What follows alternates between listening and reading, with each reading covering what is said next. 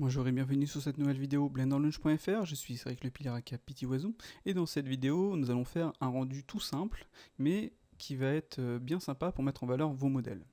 Donc vous allez voir, c'est relativement simple, c'est comme les soft Keyshot, etc.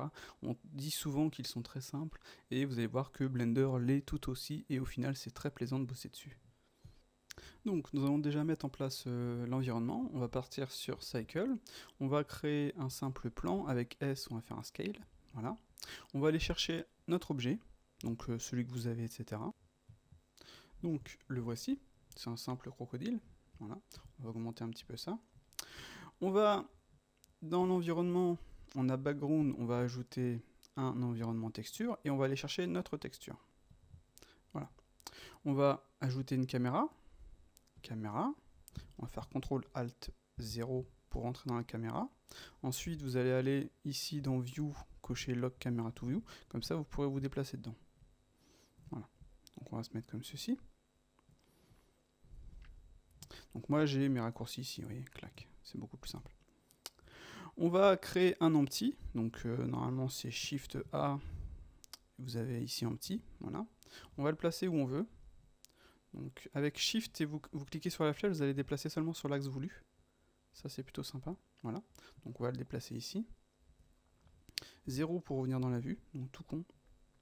N pour fermer les panneaux. Z, render. Donc voilà ce qu'on a. Donc je dirais que la puissance est beaucoup trop forte, on va mettre à 0,5, comme ceci. Pour tourner la map HDRI, vous allez aller ici, et dans rotation en Z, vous allez pouvoir, vous voyez, tourner la map HDRI. Voilà. Donc avant de faire ça, ce qu'on va faire, c'est qu'on va attribuer les shaders. Donc on va aller chercher un shader, donc le shader BPR de Materem. Donc on va faire File, Append, voilà, et on va aller le chercher. Donc quand vous arrivez sur votre shader, vous allez cliquer dessus, donc il va vous afficher ce qu'il y a à l'intérieur, enfin sur votre scène. Vous allez sur Node Tree, et là vous allez choisir en fait le node, donc BPR Shader Base. On fait Append to Library, voilà. On va splitter verticalement, aller dans ce menu-ci, sélectionner notre croco, lui ajouter un shader, on va supprimer le précédent, on va faire New, voilà. On va faire T, on va aller dans Groupe, et c'est là qu'on va avoir en fait notre shader de BPR. Donc ce shader, c'est un shader monolithique, on va dire, un Uber shader qui permet de faire à peu près tout ce qu'on veut. Donc c'est tout con, vous pouvez faire de la glace, vous pouvez faire tout. Donc là on va faire du chrome, on va partir sur un truc sympa, on va passer l'IOR à, voyons voir, à 10. On va descendre la luminosité, voilà, peut-être 20. Voilà. Et on va augmenter le roughness à 1,1. Voilà, comme ça on a tout de suite un shader plutôt sympa. Donc on va se mettre en vue 0, on va activer le Cam to View et on va venir se placer comme on veut sur le modèle. Voilà.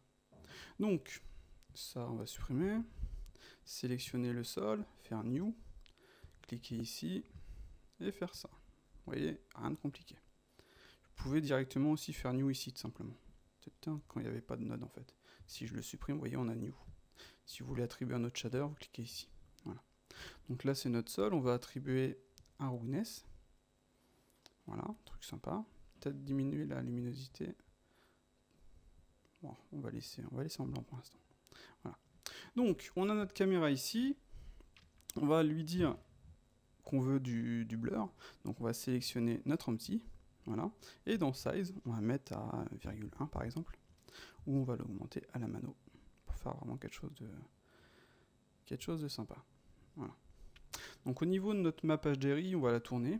On va aller dans les textures ici. On a environnement texture, on choisit en fait environnement texture. Et donc comme je disais tout à l'heure, on va la tourner. Donc vous allez la tourner pour avoir quelque chose qui vous convienne.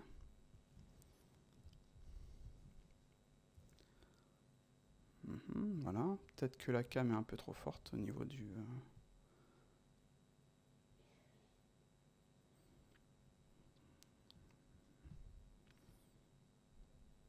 Voilà.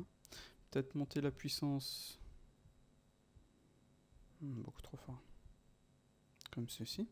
Et on va attribuer par exemple un second shader à notre objet. Donc si vous voulez qu'il continue de calculer, vous avez ici dans Sampling Preview, vous mettez 0. et il va continuer de calculer au fur et à mesure, etc. Voilà. Donc on va attribuer un shader, on va dire plastique à notre crocodile. On va aller ici, on va faire new, plus, comme ceci. Ici vous pouvez faire new, ça change rien, vous pouvez le faire ici bien entendu. On va réattribuer un autre shader PPR, on va supprimer celui-ci, on va décocher ça, clac. Voilà. Et à partir de là, on va aller attribuer à notre objet le shader. Donc pour cela, c'est tout con, on va se mettre en mode face, on va faire A, Deselection, on va faire L, on se met bien sur une face.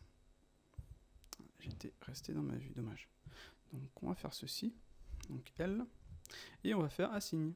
Voilà, donc maintenant on va se remettre en objet, on va ajouter un subsurf, et on va ajouter un petit rendu. Donc voilà, donc on a ça. On va lui dire je veux que tu sois de la glace, avec un petit glossiness, et au niveau du spéculaire, on va laisser tel quel. Voilà. Donc, on va tourner un petit peu notre vue, parce que là, le truc est un petit peu trop dans... Hop, on va se mettre comme ça. Peut-être que mon... J'ai du mal, désolé.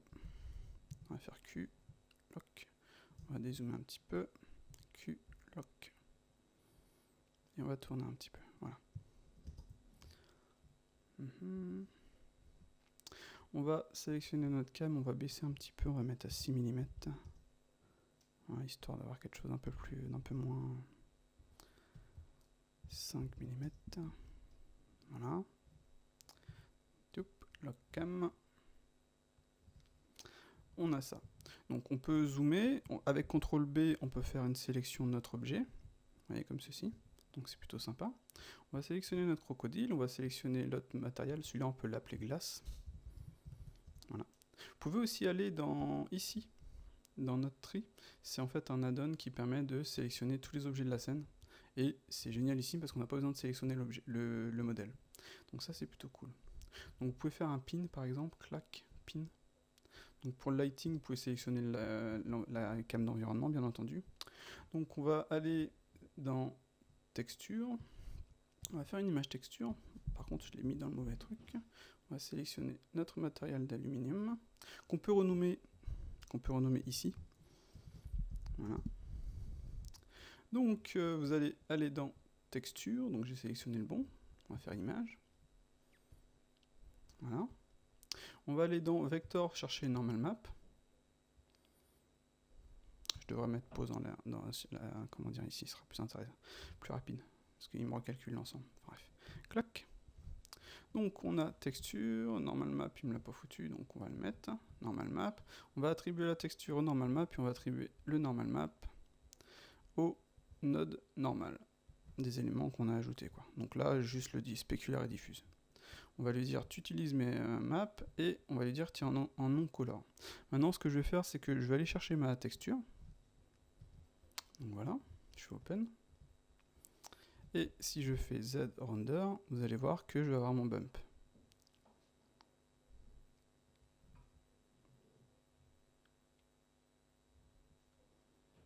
Voilà.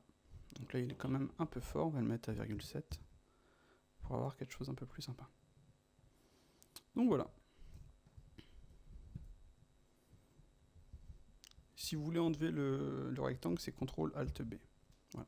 Si vous voulez recocher le border, c'est Q et border. Voilà.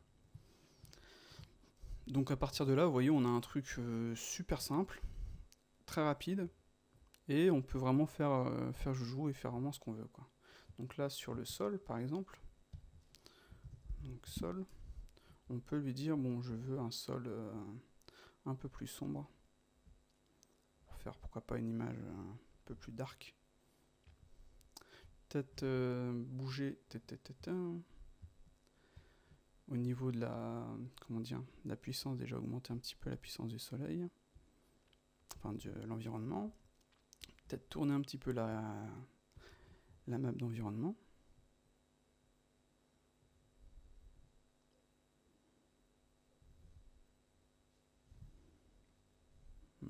Voilà, c'est sympa quand même.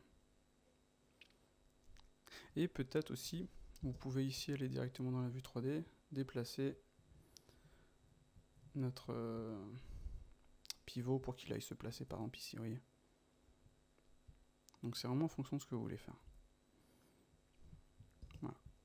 Donc là c'est le rendu qu'on va avoir. Relativement sympa.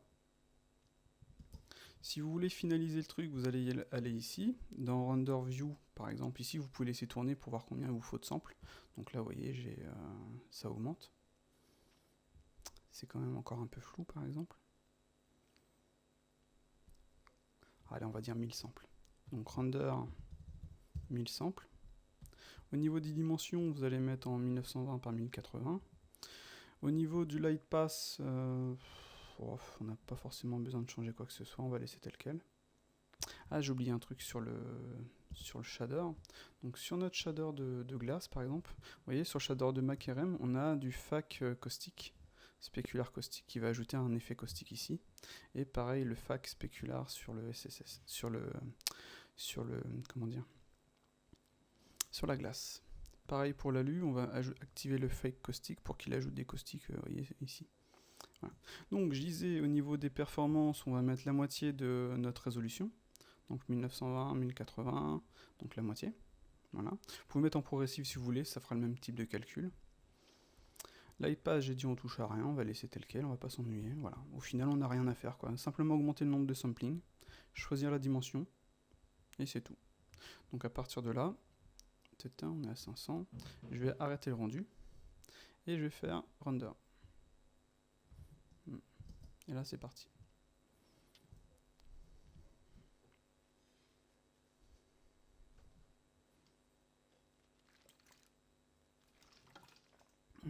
Désolé, je bois. Donc comme on peut le voir, il nous calcule le truc, donc je vais mettre en pause et on va voir l'image finale. Donc voilà le rendu final, il a mis 3 minutes 34 sur ma 780 sol. Donc comme on peut le voir, Cycle est vraiment super simple quand on utilise le shader de Materem. Au final on a quasiment rien à faire, quoi. Placer la scène, placer les objets, ajouter une map d'environnement, ajouter les shaders, mettre les maps et voilà. Rien de compliqué, sur Blender c'est pas compliqué, et au final on a quelque chose de sympa où on peut présenter nos modèles, etc. plutôt simplement. Donc là au niveau des samples, il faudrait que j'en ajoute un petit peu plus, mais comme on peut le voir, c'est plutôt simple, quoi. Plutôt simple et plutôt sympa. Donc voilà, j'espère que cette petite vidéo vous aura plu. J'ai pas forcément le temps de faire des plus gros tutos ce temps-ci. J'ai beaucoup trop de boulot. Mais je me disais, bon, bah, on voit souvent sur les forums des images, etc. Pourquoi ne pas montrer comment mettre en valeur ces images-ci avec comment dire, un preset relativement simple, une HDRI, plus un sol. Et voilà, ça marche nickel, quoi. Et donc on peut le voir, Blender et Cycle marchent très bien, et c'est tout simple, et c'est vraiment sympa. C'est vraiment appréciable, parce qu'on dit souvent que d'autres moteurs sont plus simples, alors qu'au final, bah, c'est tout aussi simple. Et comme on a pu le voir avec l'add-on, celui-ci, c'est Matalog, on a accès à tous nos shaders, et c'est vraiment sympa, quoi. On peut bien entendu avoir des options d'afficher les matériaux sur l'objet sélectionné, bien entendu. Donc là on a le choix en fait sur notre compositing, sur notre truc. C'est vrai que je vous ai pas montré le compositing, mais ce serait relativement simple aussi. Donc ici on fait use node, backdrop. Vous voyez, on a notre compositing ici. On va faire CTRL SHIFT pour afficher en fait le viewer. Et ici vous pouvez ajouter en fait des éléments, genre des courbes, comme ceci, pour jouer sur votre image. Vous pouvez ajouter comment dire, énormément d'éléments en fait, hein, tout simplement. Vous pouvez des converteurs, des filtres, un filtre blur si vous voulez ajouter du blur. Clac. CTRL X pour supprimer. Vous pouvez ajouter un défocus, mais là il faut avoir créé la Z-buffer, etc. quoi. Ça je vous ai déjà fait des tutos là-dessus, puis il y en a plein sur le net. Mais avec la donne de Matalog, ce qui est cool, c'est qu'on a accès en fait à tout ça, vous voyez. Clac. Donc ça va changer en fonction de ce que vous allez sélectionner. Et ça ajoute une simplification énorme, encore une fois, à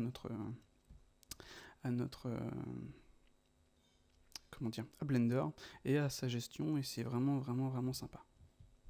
Et là, rapidement, pour le fun, pour ce que je vous ai pas montré le truc, j'ai ajouté un petit node de sharpen pour ajouter un effet un peu plus sharp. Donc on va faire M pour les activer. ce sera un peu plus blurré. J'ai ajouté un petit glare, vraiment léger, vous voyez un fog glow avec un threshold de 3. Je décoche, je recoche. Et bien sûr les courbes, tout simplement. Voilà, donc tout simplement, petite modif rapide, et vous avez votre image. Voilà, allez, je vous laisse là, je vous dis à la prochaine pour un nouveau tuto. J'espère que celui-ci vous aura plu. A ciao.